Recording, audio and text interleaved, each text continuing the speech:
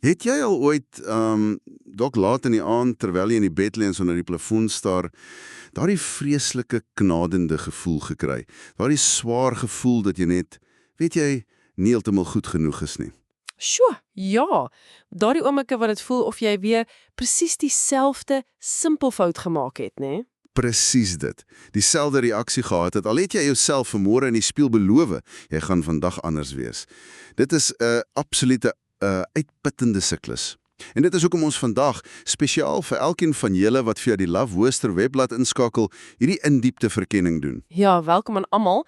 Ons gaan vandag regtig bietjie krap aan 'n baie kragtige stukkie skryfwerk, die artikel getiteld Paasfees, wanneer liefde ons gebrokenheid ontmoet. Want kyk, ons gaan kyk na iets wat ons almal op 'n daaglikse basis raak.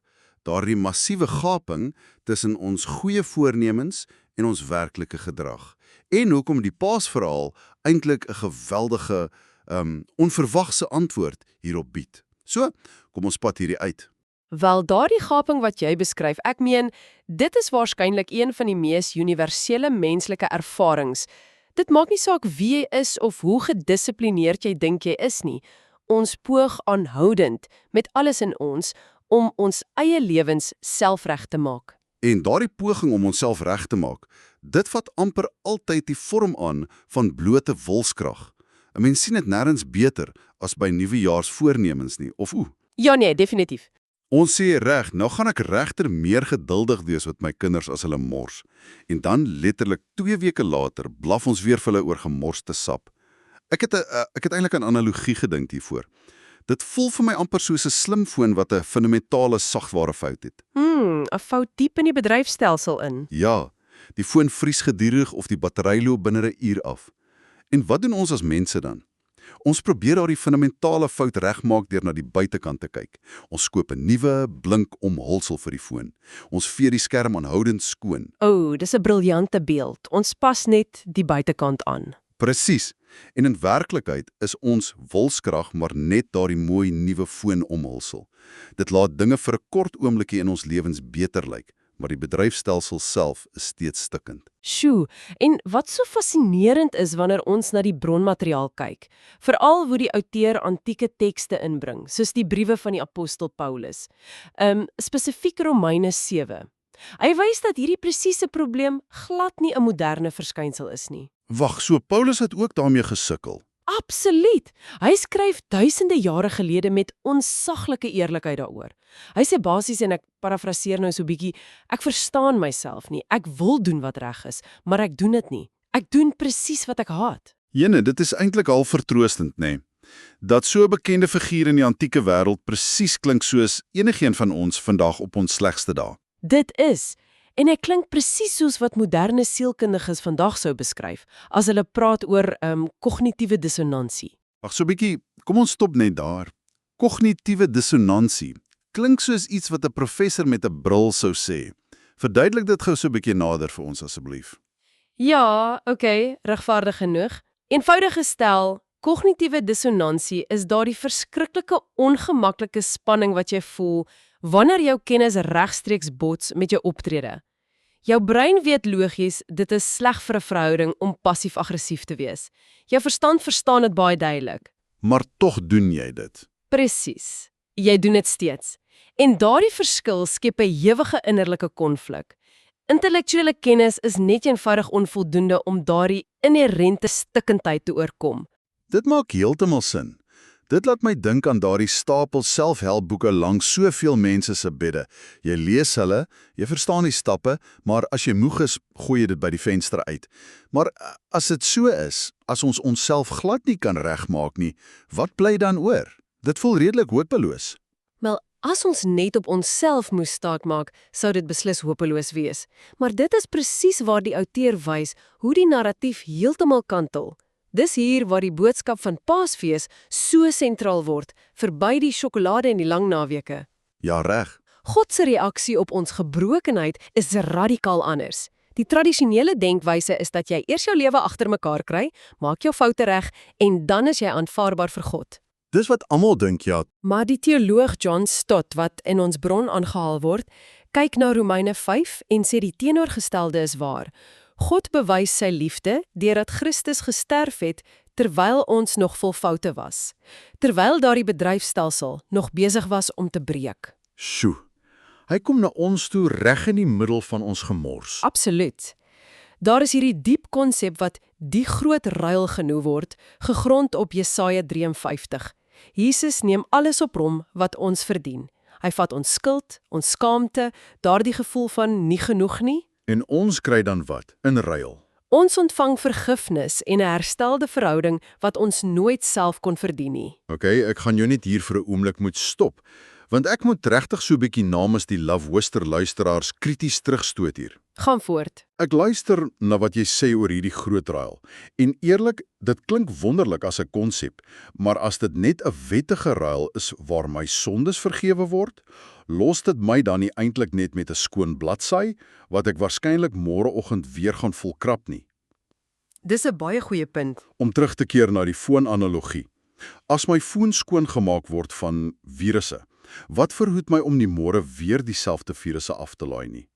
Hoe help dit my met my huidige daaglikse patrone? Hoe keer dit dat ek nie môre weer my meer met my kinders verloor nie? Ek is so bly jy vra daardie vraag. As die verhaal by Goeie Vrydag en net by die kruis gestop het, sou jy 100% reg wees. Ons sou steeds met daardie selfde swak stelsel gesit het. Maar dit stop nie daar nie. Die opstanding vind plaas. En hoe verander so 'n antieke opstanding my keuses vandag in my sitkamer? Om die opstanding beteken, dit was nie bloot 'n uitvee van slegte punte nie, maar 'n instroming van 'n totaal nuwe lewe. 2 Korintiërs sê ons word letterlik nuwe wesens. Dit gaan nie net oor amnestie oor die verlede nie. Dit raak aan wie ons nou in hierdie oomblik is. Presies. Die bron haal vir Tim Keller aan wat sê, ons is gelyktydig meer gebroke as wat ons wil besef, maar meer geliefd as wat ons durf hoop. Dit bemagtig ons om anders te leef. Meer gebroke as wat ons dink, maar meer geliefd as wat ons hoop. Daardie stelling, dit ruk regtig aan mens. En dit neem 'n gedagtes dadelik na daardie baie spesifieke voorbeeld uit die artikel oor sarkasme. Ja, dis 'n baie kragtige voorbeeld in die teks. Want kom ons wees eerlik, ons samelewing floreer op sarkasme nie. As jy 'n skerp opmerking kan maak, dink almal jy's fantasties slim en vinnig. Dit word beslis as 'n sosiale vaardigheid gesien vandag. Maar die outeur klim so 'n bietjie agter die gordyn. In intieme verhoudings is sarkasme baie keer net 'n wrede verdedigingsmeganisme. Dit is subtiele opmerkings wat soos grappe klink, maar daar's 'n doring agter versteek. Mense sê dan, "Ag, ek terg maar net." Maar dis nooit net tergery nie. Agter daardie masker skuil daar iets baie bang. Ons onbewuste doel is om beheer te behou. Ja, jy dink by jouself, as ek eers steek met sarkasme, as ek eers jou swak plek uitwys, dan verhoed ek dat jy my blootstel. Ek beskerm my eie ego. En die tragedie is dat hierdie beskerming juis die ding is wat besig is om die intimiteit in die verhouding stadig af te breek. Presies dit. En as ons dit in die groter prentjie koppel, wys hierdie voorbeeld perfek vir ons hoekom dit so byna onmoontlik is om jouself vol eie stoom te verander. Sarkasme of perfeksionisme is skilde wat ons oor dekades opgebou het om ons onsekerhede te beskerm. So as jy deur wilskrag net probeer ophou sarkasties wees, veg jy 'n verlore oorlog teen jou eie oorlewingsinstinkte. Sjoe. Jy sê vir jouself, laat sak jou skuld, maar jou vreesbevange hart skree, jy's mal, ons gaan seer kry. Absoluut. En dis hoekom ware bevryding nooit begin deur te sê, probeer net harder nie. Die deurbraak kom eers by totale oorgawe, wanneer jy sê, ek kan dit nie self regmaak nie, ek het Jesus nodig. Paulus se desperate kreet in Romeine 7.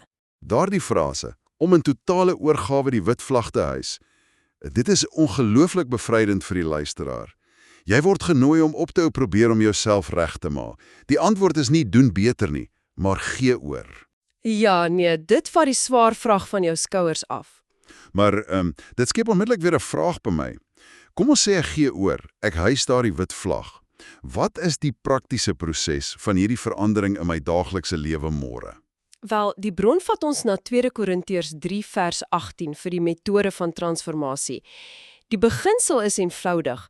Ons verander nie deur in 'n spieël te staar en aan onsself te wil sny en wegskaaf nie. So, ons verander nie deur harder te probeer nie. Nee, ons verander bloot deur nader te kom en sy heerlikheid te aanskou, deur tyd in sy woord te spandeer, in stilte te wees en deur gebed in sy teenwoordigheid te bly. Wag, so bietjie.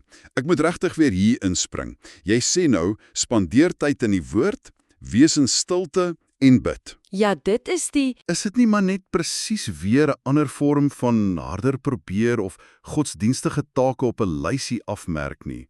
Hoe verskil dit in vredesnaam van wilskrag? Dit klink asof ek nou net by die agterdeur weer my foon se skerm staan en blinkvee. Dis 'n baie kritiese onderskeid wat jy daar tref, en ek is bly jy bring dit op. Ons moenie genade ontvang net om weer op prestasie terug te val nie. Kom ons gebruik 'n praktiese beeld. Dink net vir 'n oomblik jy staan buite in die snerpende winterkoue. Brr, okay, ek is daar. Jy is bevrore.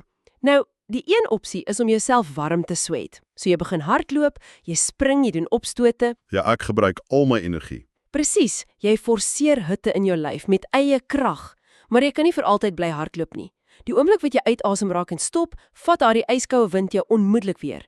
Dit is heeltemal onvolhoubaar. Dit is wilskrag. Sjoe, okay. Maar jou ander opsie is dit. Wat as jy bloot net in jou huis instap na die sonkamer toe? Daardie vertrek waar die middagson se helder, warm strale deur die ruitte val. Jy loop eenvoudig soontoe en gaan sit gemaklik in die stoel. Dit klink baie beter, moet ek sê. Dit verg geen spierkrag nie, jy is volkome stil. Jy is net 'n ontspanne waarnemer. Maar bloot as gevolg van jou posisie, net omdat jy daar sit in die son se strale, is die son besig om jou stelselmatig van binne af warm te maak en te genees. Daardie stilgebring word by Jesus is nie 'n gehardloop om punte by God te verdien nie. Dis om net in sy teenwoordigheid te wees. Dis die verskil. Dit gaan daaroor om jou roetine net lank genoeg eenkant te sit en jouself in daardie warmte te plaas waar Jesus se genade jou siel kan kom streel en verander. Dit is 'n verhouding, nie 'n prestasie nie. Jene, dit haal onmiddellik al die druk af. As jy in die son kom sit, is dit die son se verantwoordelikheid om daardie resultaat te waarborg. Dis nie jou taak om jouself in 'n toestand in te dwing nie. Absoluut. Soos ons die lyne bymekaar trek vir ons Love Woodster besoekers wat vandag saamkuier, die kern van hierdie verkenning is dat Paasfees ons nooi om eerlik te wees oor ons gebrokenheid. Om daardie stikkende fonemossel neer te sit, genade te ontvang en stadiger te leef, sodat ons regtig net in daardie sonkamer by Jesus kan gaan sit. Dit is so mooi opgesom. En die outeur los ons met hierdie baie direkte reflektiewe vrae aan die einde van sy stuk, wat ek graag aan ons luisteraars wil oordra. Waar in jou lewe probeer jy nog ten alle koste self dinge regmaak? Waar verberg jy jou stikkindheid agter sarkasme of beheer? En dan, hoe kan jy vandag begin om stadiger te raak en eenvoudig na Jesus toe te draai? Ja, as luisteraar, vat regtig 'n oomblik vandag om oor daardie vrae na te dink. Maar voordat ons heeltemal afsluit, ek wil jou, die luisteraar, met 'n laaste, miskien ewens uitdagende gedagte los, wat verby die artikel strek. O, ek is nuuskierig. Wel, as Jesaja sê dat genesing spesifiek deur Jesus se wonde en letsels na ons toe gekom het, beteken dit nie dank dat ons eie gebrokenheid en wonde juis daardie dinge wat ons agter sarkasme en perfeksionisme probeer wegsteek, presies die plekke is waar ons die diepste, mees autentieke koneksies met ander mense kan vorm nie. Sjoe. Ek meen, wat as jou gebrokenheid nie meer 'n hindernis vir liefde is nie, as jy dit eers aanvaar het, maar eintlik die einste deurgang na ware koneksie word? Wat as jou letsels ander mense om jou kan help genees? Dit is 'n geweldige gedagte om mee saam te leef. Daarmee wil ons 'n baie warm groet en aanmoediging stuur aan elkeen op die Love Woodster platform. Mag die hoop van hierdie Paasboodskap jou ontmoet presies net daar waar jy is. Gaan sit bietjie in die son vandag. Tot volgende keer.